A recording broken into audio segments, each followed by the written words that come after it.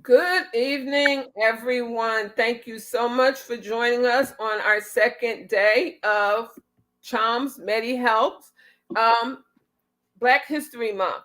Thank you for those of you that hung around. We were having technical difficulties, so we were waiting on the technical difficulties to actually go well.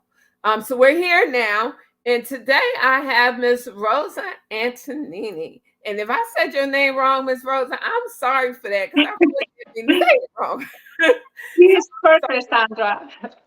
but Miss Rosa, um, she has done a ton of things, and I'm gonna let her tell you what she's done, what she's working on, because we all need to know. Yes, it's Black History Month, and our brown sisters are just as black as we are, and we just as brown as they are. And Rosa, there's something that isn't really important that she's working on for our community, and we need to welcome her. We need to show her that she is in fact loved for what she is doing. So I'm gonna go ahead and let Miss Rosa, since we're running late, I'm gonna go ahead and let Miss Rosa, and Miss Rosa, do not rush through this, okay? Take your time, because what you're doing needs to be, we have time.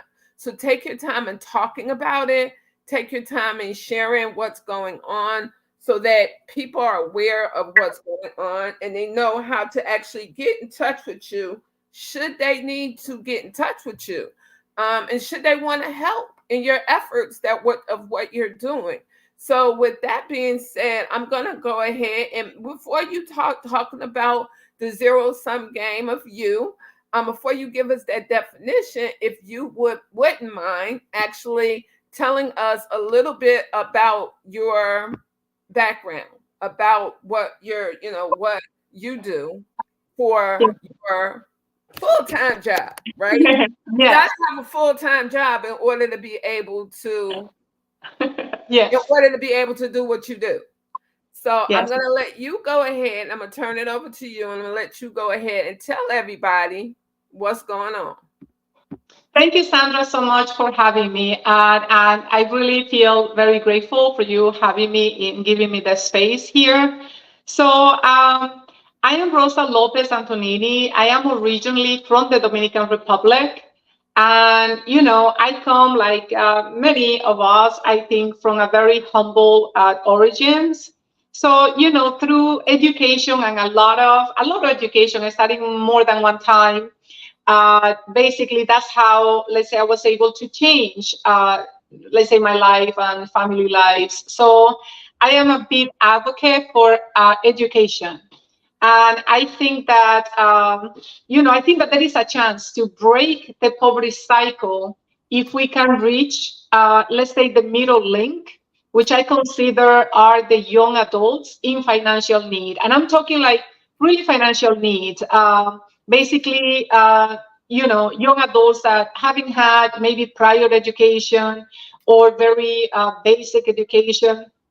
So they don't have a skill that they can be able to get a job, right? So what I'm trying to do, and right now it is, and I'm going to discuss about the book, but actually, let me tell a little bit about the book before we go to Uganda. So this is my book. You can see the background here also. It's called The Zero Sum Game of You. And when I wrote this book, I couldn't put the two together. One came, I always wanted to do something that will help others. And I tried to create two nonprofits in the past, and it didn't work, right? And, I wanted to start in the Dominican Republic, but because, there is a lot of, uh, legal fees, especially because you're going in another country. So it was difficult, right? And a lot of like over 20,000 you needed just to prove that there was no money laundering and stuff like that. So it became very challenging. And in one of those, so there is a part of me that I'm very like spiritual. So I have those conversations and I practice metaphysics for many years. So I have the part of me that, is very science oriented based on facts.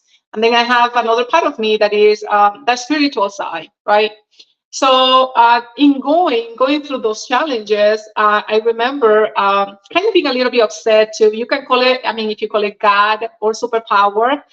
Sandra, I don't know, I think you call it God, right? To your beliefs. I cannot hear you right now, so let me continue. No. You couldn't hear me because I was muted. That's why you couldn't hear me. Because both of us, one of us has to be on mute while the other one's talking. But I call it God, right? But there's all kinds of spirituality. You know, people have all types of spirituality. So whatever they call it, like I call it God, some call it Allah, some call it Buddha. So it's just the spirituality piece. Yes. So basically, I was going through that, discovery and kind of like saying, okay, why I cannot just be a regular person? Why I always have to be thinking about, all this stuff, all the needs are in the world if I cannot do these bigger things that I would like. So, that was during one time. And then within like 2 months, I got this urge for writing. Now, I never thought I was going to write a book, literally. I'm always very like goal oriented. So I plan on goals and I work towards my goal. And then let's say I achieve those goals. But writing a book, that was never part of really a personal goal. It came from that moment. And I felt, I don't know, I felt this urge to write. And for me, English is a difficult language. I mean, so my daily job is a software engineering. I work developing computer software, business intelligence solution based on, software that I write. So I know how to speak those languages, right? But the English is a little more difficult for me. So at the moment when I started I'm thinking the idea of writing a book, it was anyway, it was very challenging because it's writing a book in English. So it took me a year to write it.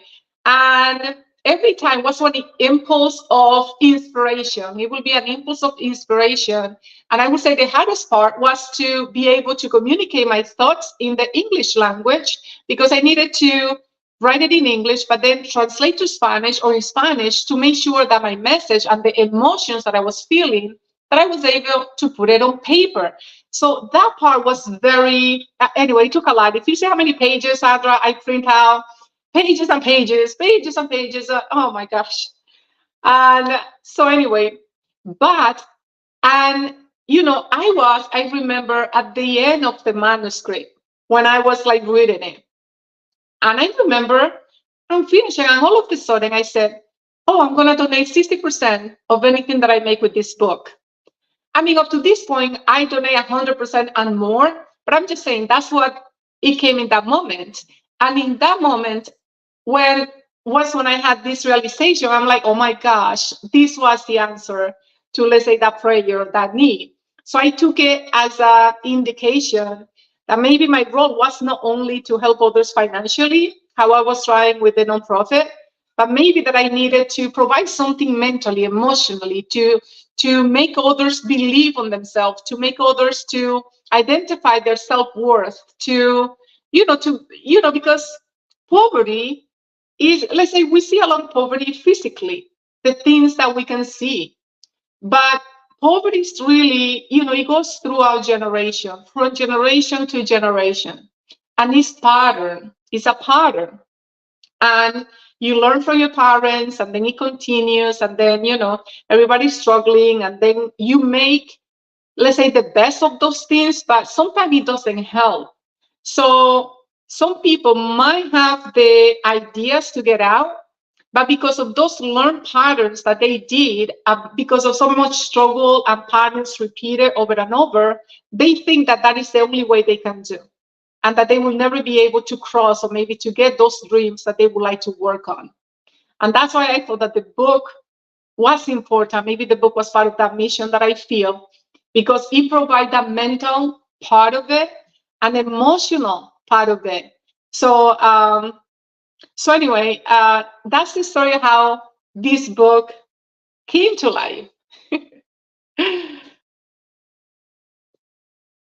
And then you know what, and Rosa, this is the thing, right? I do believe that God brings people into your life for a reason. And there was a reason why we met, and there was a reason why we clicked. And I so believe in what you're doing. I have the book. I brought the book myself. I've read it. It contains great passages and quotes and to keep you going, right? So when you say, "Oh, you know what, I'm really having a bad day," to have you rethink why you're having a bad day, right? And so it's important because in the African American community, right, we are hit with so much negativity, right? We're hit with especially when it comes to healthcare, both mental and physical.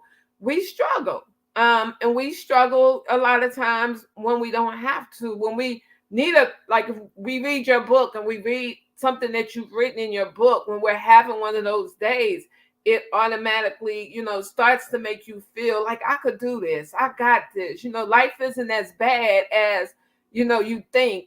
And so we click because I'm the type of person, right? I don't like looking at the glass as half empty. I like looking at the glass as half full, going empty, but because it's half full versus half empty, I can work on it, right? So that it doesn't all drift out or drop, so that the hourglass has something in it.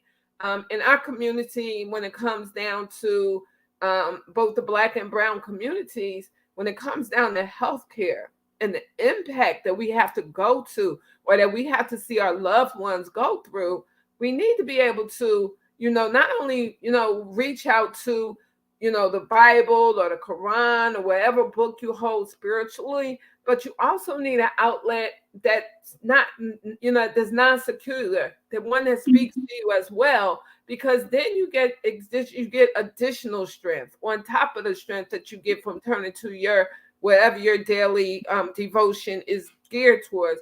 You get that additional strength. So it's really important to have your book. And then when I found out what you was doing with the proceeds of the book, I was like blown away. It's like, really? I'm like, and it's because I know you, when I see you, when I talk to you often, I know that it's been a struggle. I know that it's like, Sandra, I don't want to give up, right? This is my, this is my passion.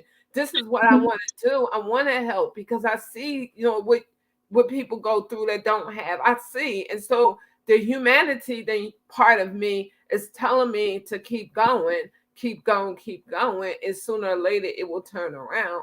So, that's exactly why we click, because we think alike. And we continue to click because what I'm doing on the healthcare side, in a sense, you're doing as well, but you're touching that mental piece. You're touching that, let me, think about it. And that's so, that's something that our community, in fact, needs. So I thank you so much for what you're doing, and I want you to keep doing it. So let us know some more about Miss Rosa. Yes. So right now, we have 3 programs running in Uganda. So one is tailoring, and this is young adults. So they're from, like 16 to like 19. Some of them have little kids already. Some they don't, but they have basically no education. Even the English, sometimes they don't really know too much.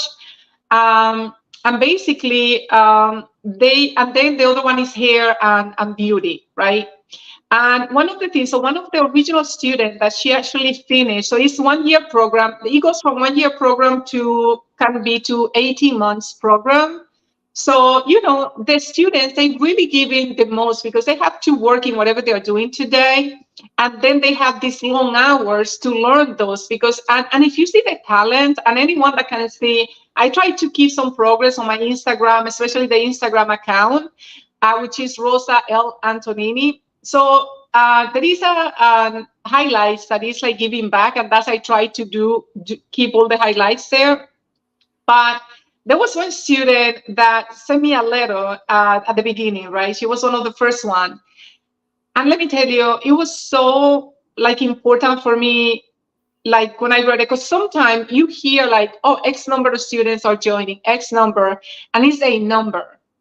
But when you see and you take that number away and you actually start knowing the person, it's not a number. It's not a 1, a 2, a 3, a 40, a 60.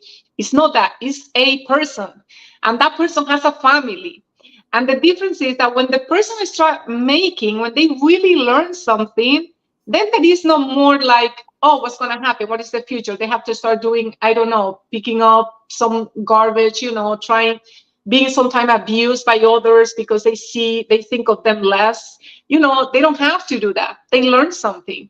And I can see, and they do this wonderful job in, if you see the design that they do, I mean, some of them has really incredible talent. Also in the carpentry, if you see how they do the chairs, the sofas, all this stuff that they come after, like when they're finishing the program, and it's pretty amazing. And this student sent me this letter where he says, I mean, it was a whole letter, but the main part was saying, she was saying thank you and how grateful she was for this. And because of this program, that she didn't see anyone else dying of hunger in her family. So that's a great impact, because we're not talking about, oh, they just want to get more money to get clothes or to, do this or to have that. We're talking about having family members dying from hunger. I mean, I cannot even imagine to be in that position. So, to know that when you help one of these young adults, what you hope is that, they're going to help, most likely the parents are struggling more than they are, and that the future generation, their kids, will have that better opportunity now. Because now that they know something, now they know the power of learning a skill, there is a very big chance that they're going to send those kids to school and they're going to try their best so they learn something as well, because now they can see the before and after.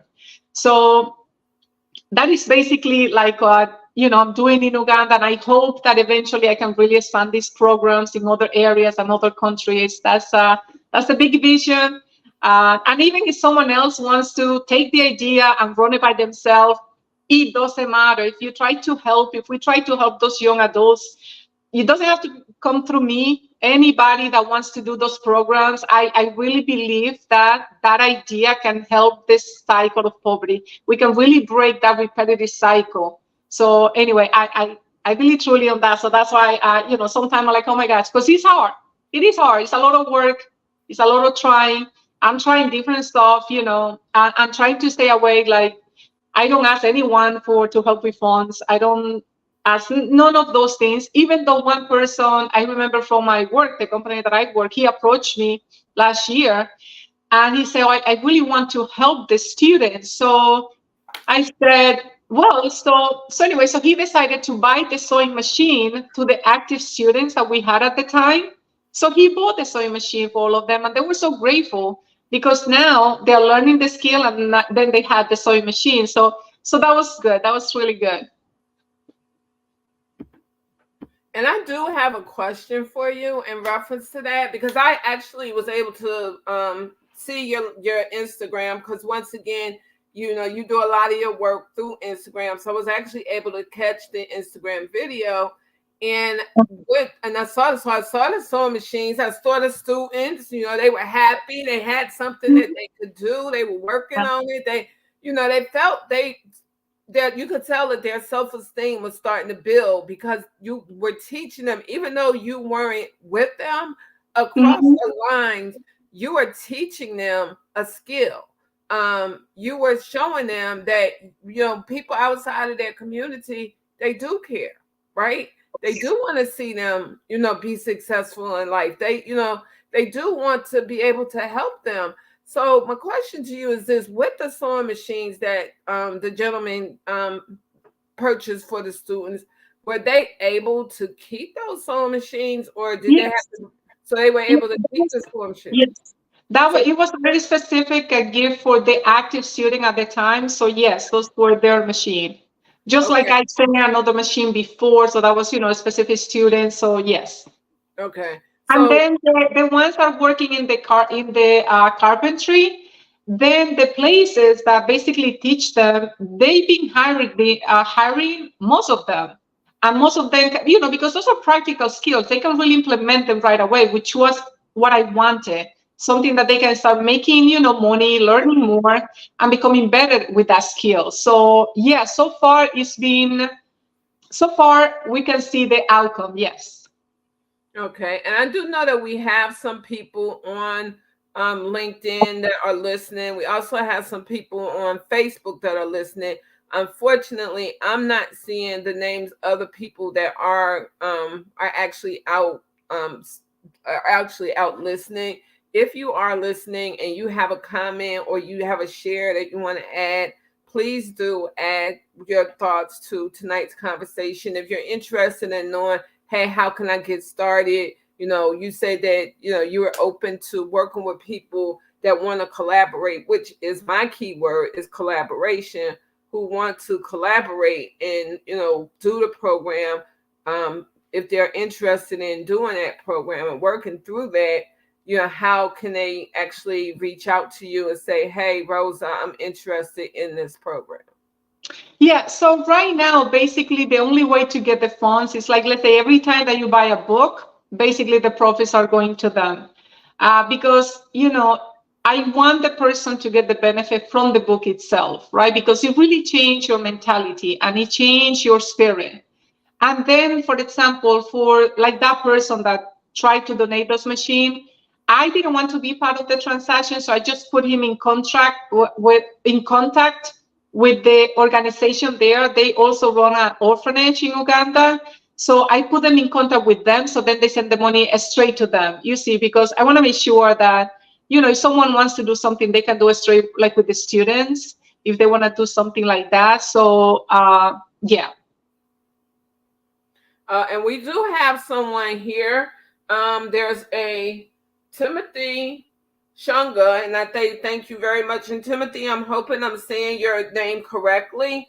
He's actually listening, and he's actually listening from Malawi. Oh, So wow, thank yeah, you.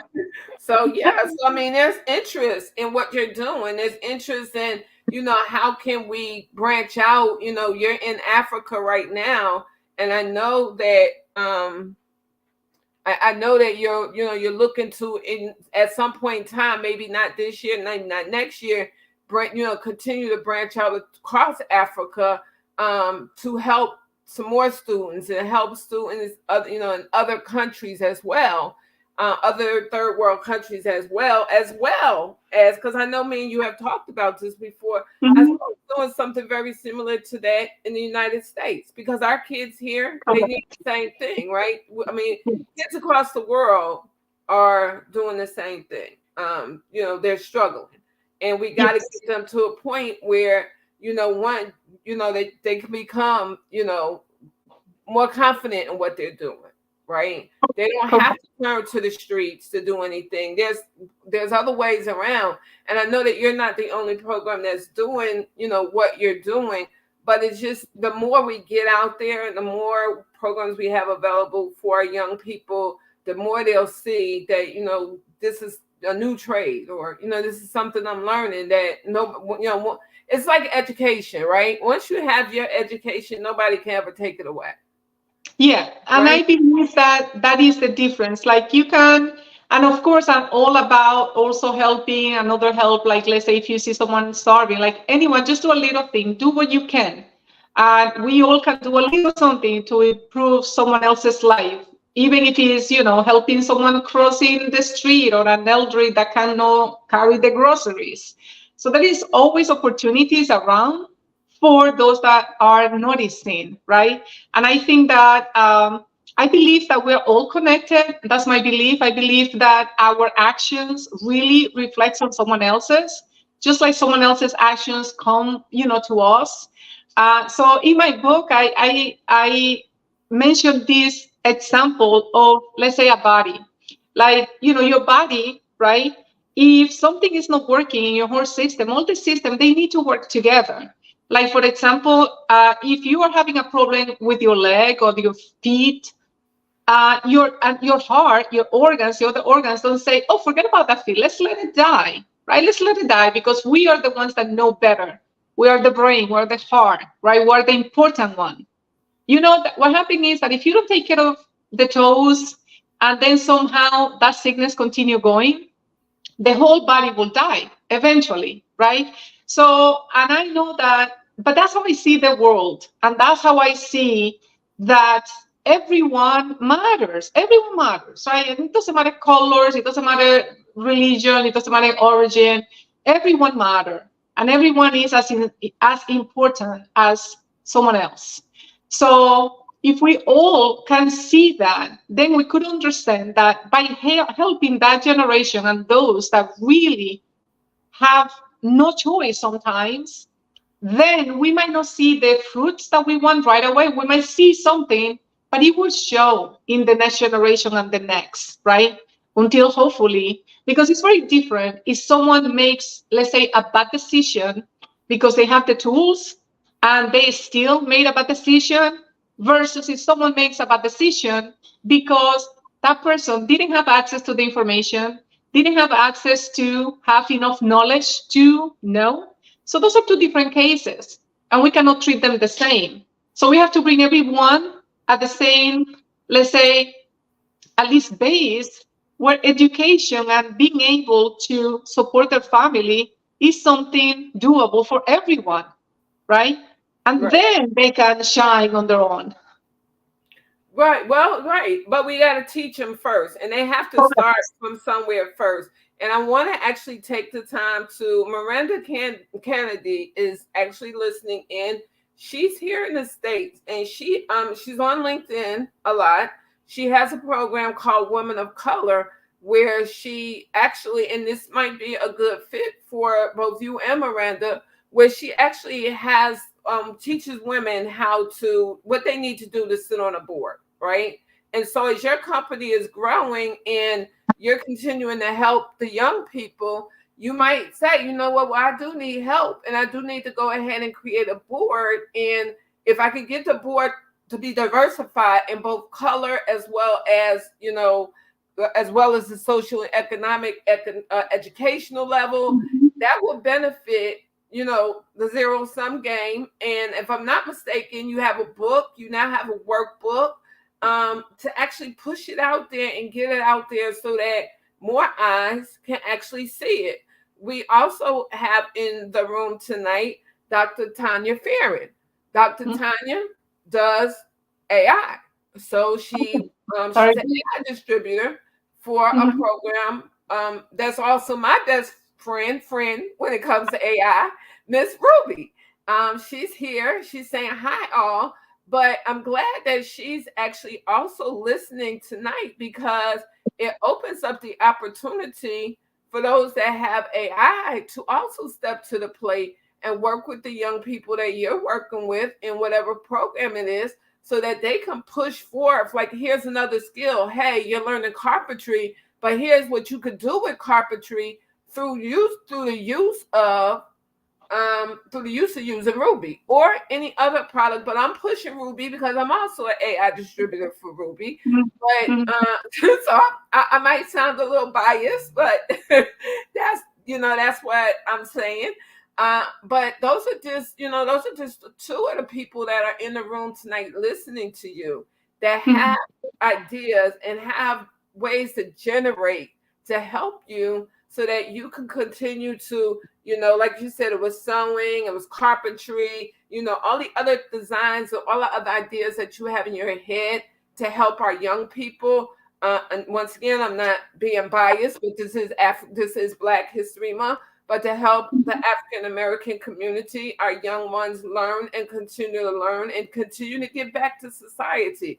So, there are people that are listening tonight that, you might hear from, or I might hear from, and they may say, hey, Sandra, how do I get in touch with Rosa? So that you can uplift yourself and you can actually shine and you can actually get those professional eyes and ears on the product and on what you're doing in reference to helping our children. Because, once again, it's African American, it's Black History Month, but there are all kids, all of these babies out here, all of these young adults out here. They need to be taught some type of trade. All young adults don't want to go to college. Correct. There's nothing more. Correct. That's not there. But if you teach them a skill young enough, right? They don't have Hmm. to go to college. They can take their skill and use their skill. And guess what? Society is better for it. Humanity is better for it because we got these young people that don't have a 4 year or 2 or 4 year or 6 year degree, but they're giving back to society. So, what you're doing is awesome. And it needed to be highlighted. The work that you're doing is awesome. It needed to be highlighted so that, eyes, once again, eyes can start looking at this and learning about it and saying, okay, well, how do we push this forth? Because, yeah, I agree. This is a good program for our young adults to have access to. How do Yes, we push this, right? My whole thing is sustainability. Uh, correct. so we build sustainability by collaborating. We will never Mhm. get to a point of sustainability. Once again, my area is healthcare. Whatever area you're in, you're never going to get to a level of sustainability if you do it yourself. If you go it alone, you get to a certain point in time, Mhm. but Yes. you're really not going to get what you need to get, right? Because of the simple fact that you're doing it alone. If you come at it from all areas and you come at it from all different paths and bring all that knowledge together, imagine what. Yeah, and even though, like, you cannot do anything really alone, like, even so far the way it is. And I mean, I have the help of that foundation in Uganda. It's called Street Love Ministries. So without them, they really go to those places to, speak with the young adults to try to see, okay, who, really have the interest in doing it. Because you cannot force, and that is the difference. Like, I'm all about, let's give the skill to those that wants the skill, that those are looking for. Because you do nothing trying to push it on someone that really doesn't want it, right? They will have to get to make that decision. But for those that really would like to have that, and the only thing is stopping them is really they don't have the resources, then it makes a very big difference. And let me tell you, they push so hard.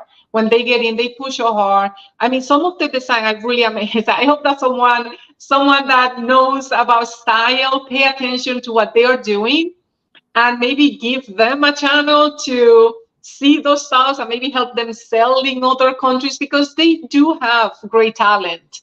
So anyway, hopefully that would be great. Yeah, I mean, it would be better than great. It would be awesome, right? Yes. And before we go further, I do want to thank Barry Holmes for coming in. He's listening. Waraloo is also listening, and she knows I'm not going to even attempt to say her name, but she is my lovely um, social media person, manager. She's coming to us straight from Nigeria. Huh? So she's in Nigeria, and I'm Yes. sure she would love to know, more about what's going on in Africa from the United States. Like we're there, but where are we Mhm. at, right? So that's Yes. one of the real big reasons why I did this program this year because it hasn't been a program like that during Black History Month that Hmm. actually can tell people and show people what we have, right? We this is what we do. This is Hmm. what we do. We're here. You think there's no resources and there's no options. There's a ton of resources and a ton Correct. of options. And this month is just skimming the surface, right? And so that's one of the reasons why I went ahead and planned out the month long Black History Month event. Martha Lobos Amaya, she's also listening, and I thank her so much for listening. She Okay. is a healthcare advocate, and so the programs that you're talking about getting started, and she works with young people as well. The programs that you're getting started, this is right up her alley. I mean, there's connections here. Oh, Sherry, that's amazing. she actually is one of our panelists. Both her and Barry will be coming up shortly during this month to talk about what they do. But she wants to know too because guess what? She just had a baby last May. I want to say it was last May. Sheree, don't kill me once we get off this show if I have it wrong. But I believe she had the baby last May. She wants to know what's going on, right? What's going on with the young folks, because she has to proactively plan what it is that she can get her daughter into. If her daughter one day comes to her and says to her, "Well, Mom, I don't want to go to college. That ain't what I'm into." What by that time, right? What we're hoping, what we're praying for, and what we know is going to happen, because you're going to get the voices and the people behind you to push it, to make it happen for our young folks, is this. She'll be able to say, well, okay, well, here's a program, zero sum game. If its name changed, you tell them that. They can help you. That program can help you, right? Because it's there to help you.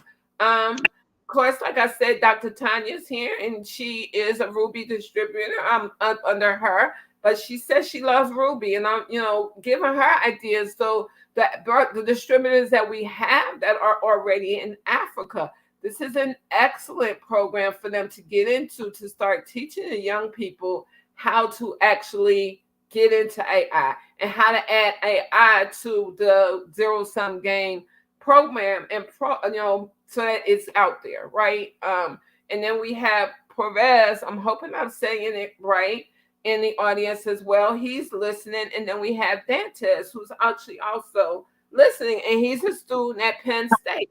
So look, Rosa, he's a student and he's listening. He didn't have to listen. He could have read the description and been like, I ain't paying no attention to that. Mm-hmm. But he saw with you, zero sum game. Probably came in, wanted to know, okay, well, what is zero sum game? But he's staying because he's interested in what he's learning. So you do have people that are following you now and that know, okay, well, this might be something I want to get into. And we have Sarah Faison and she's checking in from Facebook, and she says synergy. Yeah, that's good.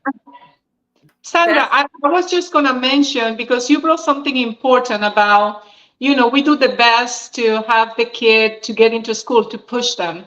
But at the same time, I believe the combination of, for everyone, especially those young adults, to discover who they are and to follow their dreams, right?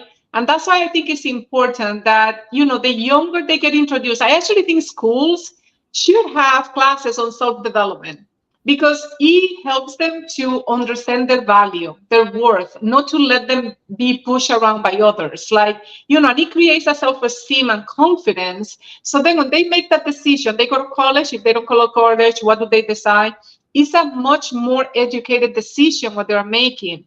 And I think that, so far they're getting that information, let's say a lot of information in social media, that is not the right information that you want, because someone can get, especially at a younger age, I think they can get overwhelmed by looking at and comparing themselves to all these people that just post great pictures and great vacations and great stuff.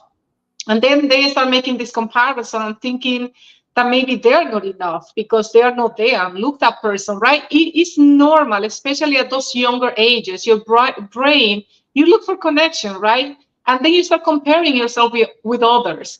So I think that if self-development started since early age, then you wouldn't have those cases, because by the time they are 17, 18, they know who they are. They know their values. They know how to make the decision without being influenced, without their awareness. So hopefully one day we'll get there. You know what, Rosa? It's not hopefully one day. We will get there one day. The reason why I am so for sure that we will get there one day, where our young folks, once again, what you just said is so true in reference to self-development. The earlier we develop them, the better off not only will they be, their families will be, community will be, society. Yes. If we, the younger we start now, and we keep it going, we keep it pushing. So at every level, there's someone there holding the door for them, saying, okay, you got to this far. Let me open the door and help you get some more, right? Let me help you get further, right? At some point in time, I used to tell my son this all the time. He's 30 now. I think he's 30 something now, right? But I used to tell him all the time when he was little, I would tell him, I would remind him, look, you're closer to 18 than you are to 5. You're closer Mhm. to 18 than you are to 5. Not so much to threaten him, like, you know what, when you get to be 18, you're on your own, but so that he could start developing in his mindset, what am I going to do with the future? The Yeah. program that you offered through Zero Sum Game, you're starting them young, and you're building them up, and so you're building them into, and you're helping to build them into something that they could take pride in. Once again, when they get to that age, they could take pride in it. This is something I learned and I was taught when I was young. um, Mhm. in addition to that, what occurs with that is that we have, I say all the time, each one teach one, reach one. So, what you are doing in your programs and what you are teaching these young people to do in your programs are, you're teaching them, right? You're teaching them a skill. If you're not teaching them a skill, you have somebody in, once again, I'll call on Africa because I know your programs right now are current in Africa. Um, so you have them programs in Africa where the children are learning, the young adults are learning, right? So you're Mhm. each one, you're teaching them, and then they are going to go out and reach somebody else and teach them exactly what they learned. And it keeps going and going and going. Well, if we don't start them until they 18, 19 years old, imagine all that time we lost. Imagine what humanity, and imagine how we would all feel if we Yes. had started them early, right? Yes, and one more thing, Sandra, that we also have to consider, and I think applies to everyone, because I wouldn't say it's the Black and Brown community only, but it has some maybe more effect in the Black Brown community, which is, the self-belief, believing that you can succeed, that you can be successful, that you can get, I don't know, the house of your dream or whatever it is what you want. Because there is sometimes some habits that you have learned from your family that or the culture that is different for a person, let's say, to act as if they belong, and to the person that feels from inside that they belong. And that is something that I struggled for some time, because you see, I was, let's say, my mother always believed in education, even though she didn't have any education, but she always sent us, to school, the ones that could. Some of my older brother didn't have access to the education. But I remember that it was hard sometimes to be, let's say, in school where, let's say, everyone, you could see the status, the financial status, the clothes, the way they behave, everything is different. Now you are with them, but you feel you don't belong because you don't have those things that they have. And to bring a child from that mentality to, let's say, from within, really believe that, yes, they belong, takes time. It takes time and effort. So, I always like to bring this up because sometimes people tend to judge other very quickly without really understanding that, a person doesn't become what they are for no reason. There is a whole sequence of events, right? And especially when they're little, they get very influenced for their environment, the adults around, and whatever happens around them. And then without being having like self-development, let's say the person doesn't even know if they don't try, then to create a self-belief that they really can achieve those things, and to learn the plan and to learn to love themselves and to learn that they belong, that they're part of it, it takes time. So that's why I'm a big advocate of, self-growth, self-help, never finish. It doesn't matter. It doesn't matter. Like, you start very early and it never finish, because we're always a work in progress. We always have to learn to get better at something. It could be at your job, your relationships, maybe with the strangers. It doesn't matter. We always a work in progress. And I think that in order to get the most, and I'm not talking only financially, even though you're always going to be the benefit as well in that area, but I'm talking about when you are on your own by yourself in front of the mirror and feeling that you are happy with you, that you are proud of being who you are, and that you are okay. Like if you go tomorrow, if that's your last day, you are okay living. You don't have all this, external stuff. You don't try to prove to anybody else. So this competition, just like the zero-sum game of you, is a game between you and yourself.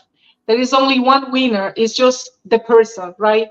So And that's the thing here, as we get ready to close out, that's the thing, Rosa, what you just said is so true, right? Children pick up learned behaviors. They will pick it up, and unfortunately, sometimes it doesn't, they don't know how to, in some certain circumstances, they don't know how to wean off of those learned behaviors that are really not healthy behaviors, right? So we have to do that self development. We have to do, and then this is the thing about it. And you was right in another sense as well. And I do want to say that before we close out is this: we remove the color, right? That's just act like we ain't got no color at all. We just yeah, humans. We just walk yes. in the earth. We should all be trying to, and that's my whole big thing. We should all be trying to get it together, to help each other, right? To grow Mhm. together, to learn together, to play together in the same play lot, right? We need to learn how to do that. And why can't we learn how to do that? I'm like, why? I mean, when we wait till we're adults, by then it's too late a lot of times, because we've already formulated what we're Yeah, gonna do in our life. And yeah, Dr. Tanya says, children learn what they live. It's a great poem. And she's telling everybody to look it up. Children learn what they live. And that's exactly true. Not only do they learn it, unfortunately, a lot of times they act it out. So hmm, they're learning what they're living, and what they're living is not healthy. And they go out there and they act out and they act on it. It hurts. hmm, It really, really hurts. So we have to, despite, our educational, and that's the same thing I say about healthcare, period. Despite our educational differences, or our colors, or socioeconomic factors, or whatever goes into play to make a person a person, and this is it. yeah, Everybody might not take advantage of what's out there, the resources. All kids might be like, I don't want to do that. What you talking about? I'm not into that. I don't want to do that, right? And they may turn it off. This is the yeah, thing, though. We got to give them resources. Those resources have to be out there. Those programs have to be out there. We have to put forth an effort, especially when it comes to our young children, especially in today's day and age. We yeah, have to actually put forth the effort to yes, actually to make a difference. Make a yeah. difference in the lives of the children. And Dr. Tanya is saying, thank you, ladies. Great conversation tonight. So I'm certainly glad that everyone that listened, came in and listened and learned something tonight. It's my God-given effort to make sure that as we do these programs, that I'm hoping that everybody walks away with one thing. But if I can get one person to walk away with something and say, I really learned a lot listening tonight, on how I can do things, or, what I need to teach my children, or what I need to teach my young adults. I really learned a lot. That would be great. So before we close out for the evening, Rosa, if you can tell everyone how to actually get in touch with you, how to buy the book, how to reach you on social media, should they want to talk or include you in any of their programs that they do. If you could go ahead and give them that information, that would be great. I'm going to give you that information, but I just have one more comment, and it has to do when I don't know, Sandra, where you are now, but it has to do when basically, Sandra, you mentioned about forget about like the colors and see everyone. So I had an event basically when I was studying pharmacy in Dominican Republic. I was taking a class in a hospital. And what happened was there was a commotion at some point, and there was like police, and there was a lot of people running back and forth. And that's a story that I wrote in the book. But I just want to mention it here because based on your comment about not seeing colors, I just want to explain why that that image, whatever I live on that day, really had an impact on my life. And why? So what happened was I followed the crowd, and they have in the emergency room, in the intensive care, like no intensive care, emergency room, there was a guy very cut on the face and a lot of blood and a lot of stuff, but you could see the whole thing under the skin on the face. And the police, a lot of commotion there. And then I saw the students going to another area, so I followed them. And then we ended up in the morgue. So in the morgue, there was this young, skinny, lighter skin now. So the other one was like dark skin. This one was light skin. And he had passed, right? He was killed. And then I knew that he was killed by the person that was in the emergency room. But that's not the part that called my attention. What called my attention was that both of them, the wounds, I saw the wounds of both bodies. And putting that tiny little thing skin away, it was just like muscles, it was ligaments, it was all the stuff from the guy that was in the emergency room and this guy that was in the morgue. And that really made this impact in my life of just seeing that and just seeing like everyone we just have different scale color, maybe different features, but our bodies is just cells, muscles, stuff, and every organ of ours is just trying to do the best to keep us alive so we can accomplish that goal, whatever we're supposed to accomplish. So anyway, that story is in my book. And you can follow me on Instagram. The account is Rosa L for Lopez Antonini. And I'm also in Facebook, even though my most active account is Instagram. And LinkedIn, I usually don't use it much for this type of work. I keep it for my kind of computer, more program, even though I post here from time to time. And the book, you can get it in Amazon, Barnes and Noble, and any other. And when you buy, I know for sure that you're gonna find at least one thing. You're gonna find that you will be able to apply hands-on practical skills, practical techniques that I use, and they were very helpful. And I'm sure you're gonna find at least one thing or two that you'll be able to implement. And at the same time, you will be helping supporting these programs. And Sandra, thank you so much. I just want to take the time to really thank you for what you're doing, for really thank you the work that you're doing in the health community and trying to bring awareness to everyone about, the insurance, the lack of insurance. Like you're doing a wonderful work, and I just feel lucky to know you because I know the time and effort that it takes and all the work to do all what you're doing, and you do it because you care. And that's what we need in this world, right? So more people that care. So thank you so much for all what you do and for being helping so many other people in different ways. Well, I certainly do appreciate that. It's a gift that God instilled in me and bestowed on me. And as I struggle with my own healthcare challenges and I see people struggling as well, what good would I be, right? If God gave me a gift and I didn't use it. What good would I be? And that's the same thing with you, Rosa. What good would you be if you were given a gift and you kept it all to yourself? Mm-hmm. Like, how would that eat you up, knowing that people need help and you're not there to help them? Even if it's nothing but saying, hello, how are you Mm-hmm. today? Yes. You never know when you meet people what exactly they need. You never know what strengths or what it is they need. And sometimes somebody, like I said with your book, sometimes people just need to hear, hello, how are you? They need to pick up a book that says you're worth it, right? They need to see that, right? Like I said, you have your spirituality pieces, and that's great. But sometimes you need to pick up a book that tells you how great you are, right? That gives you that you could do it.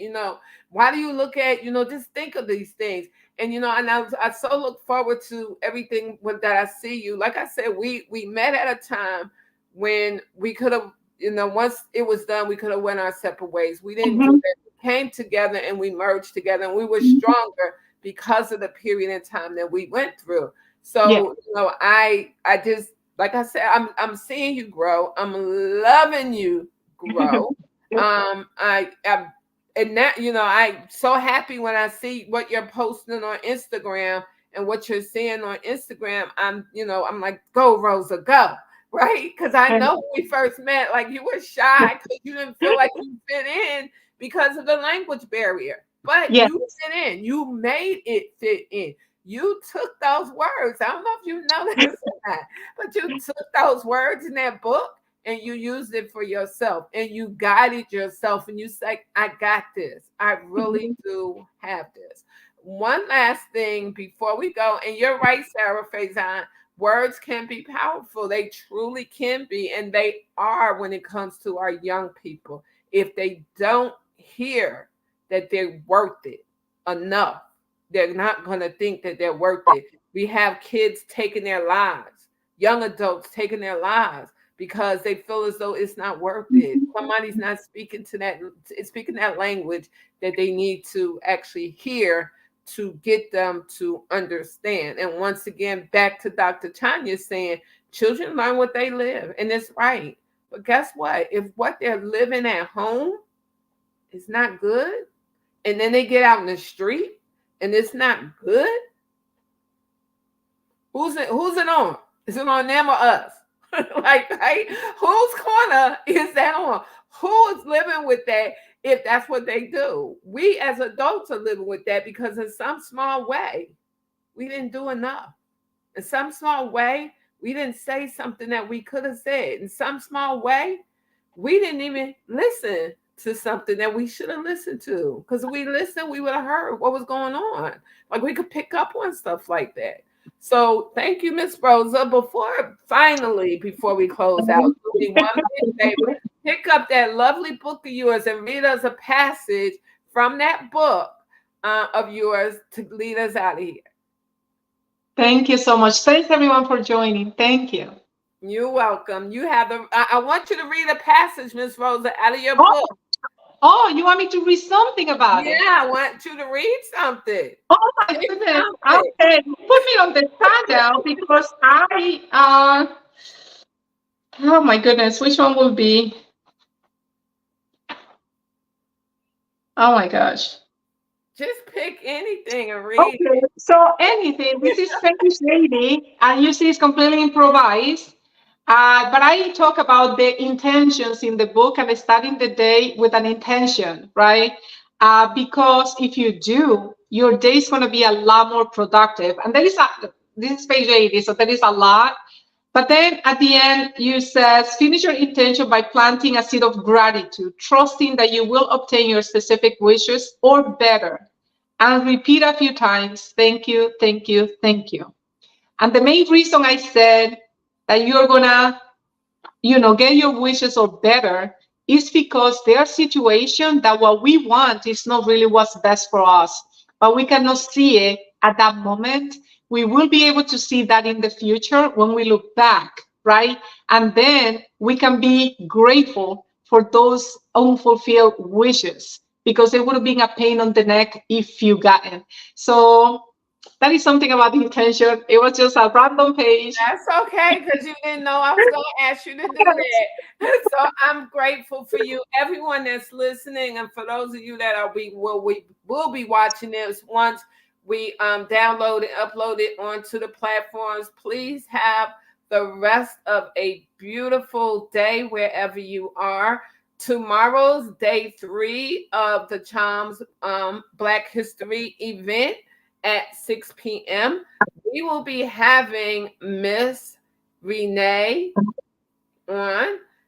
Patterson on. Miss Renee Patterson. She will actually be talking about, and I'm hoping I said her last name right. Please forgive me and blame it on the head, not the heart. But she will be talking about 78 is great. And it's a topic that you don't want to hear. And you're probably like, what is she talking about? 78 is great.